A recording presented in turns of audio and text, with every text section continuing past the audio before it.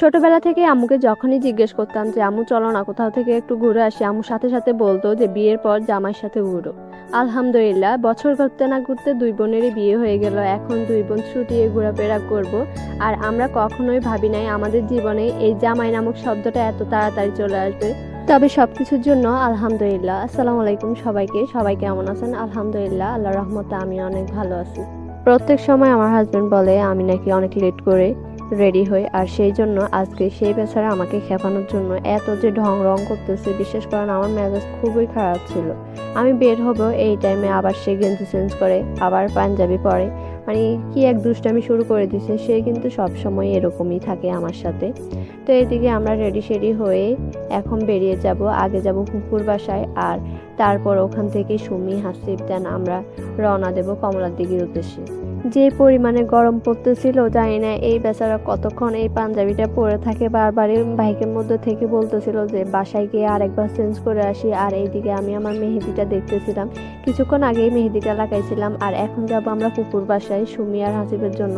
ওরা অনেকক্ষণ ধরে রেডি হয়ে বসে আছে আমাদের জন্যই। সুমি তো বারবার ফোন দিয়ে বলতেছিল যে আপু কখন বের হবি, কখন বের হবি। এইদিকে আমি বেচারি রেডি শেডি হয়ে বসেছিলাম, আর আমার হাজব্যান্ড আমাকে খেপানোর জন্য যে কত কিছু করেছিল।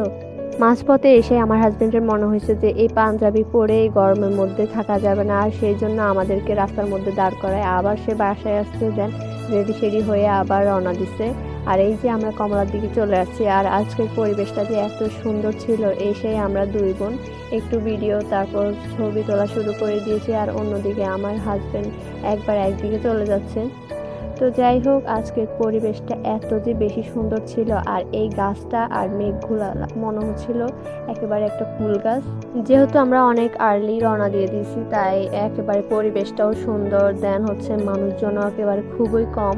অন্যদিকে হাসিব আর হাসিবের ভাইয়া কিছু ছবি তুলতেছিল, আর আমি আমার বোন একটু হাঁটাহাঁটি করতেছিলাম। আর আমার হাজব্যান্ড আমাকে এই জায়গাটায় নিয়ে আসছে। বিশ্বাস করেন, আমরা যখন গেছিলাম তখন পানি একটু পড়েছিল, দেন হচ্ছে কিছুক্ষণ পর অনেক দূরে নেমে গেছে। আর এই যে আমার পুরা বোরকা ভিজে একেবারে একাকার হয়ে গেছিল।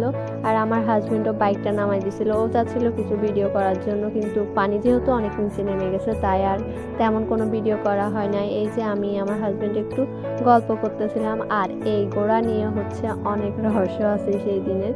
ঘোড়াটা আগেই অনেক দৌড়াদৌড়ি করতেছিল, যখন আমরা নিয়েছিলাম তখন একেবারেই ওর মানে ঘুম চলে আসতেছিল, ও হাঁটতেও চাইতেছে না। আর এই মানে কি বলবো, এই দৃশ্যটা যে এত সুন্দর ছিল, একেবারে মনোমুগ্ধকর যেটাকে বলে, এত সুন্দর আকাশ। ঘোড়াটাও মনে হয় আমার সাথে দুই নাম্বারই করেছিল, কজ আমাদের সময় একেবারে হাঁটতে চায় না, আর সুমিদের সময় কি সুন্দর করে হাঁটছে। তো যাই হোক, ঘোরাঘুরি শেষ করে এখন আমরা বাড়ি থেকে কিছু ফুচকা বানাইছিলাম ওগুলা খাওয়ার জন্য। আসলে ওখানে যে পরিমাণের দাম রাখে আর খেতে যে এত বাজে হয়, তাই আমি বাড়ি থেকে বুদ্ধি করে খাওয়ারগুলা মানে নিয়ে গেছিলাম। আর সুমিকে বলছিলাম যে তুই কিছু আনা লাগবে না, জাস্ট একটা বিজনেস হয়তো নিয়ে আয়। তো এই যে আমাদের সুন্দর একটা পিকনিকও হয়ে গেল। তবে যাই বলি না কেন, সেই দিনটা আমাদের অনেক ভালো কাটছে, আর সবাই কিন্তু আমাদের জন্য অনেক অনেক দোয়া করবেন। আর আমরা যেন সবসময় এরকম হাসি খুশি থাকতে পারি, আর আপনাদেরকে সুন্দর সুন্দর ভিডিও উপহার দিতে পারি। তো আজকের ভিডিও এই পর্যন্তই। সবাই ভালো থাকবেন, আর আমার পেজটা follow and like comment share করবেন। আল্লাহ হাফেজ।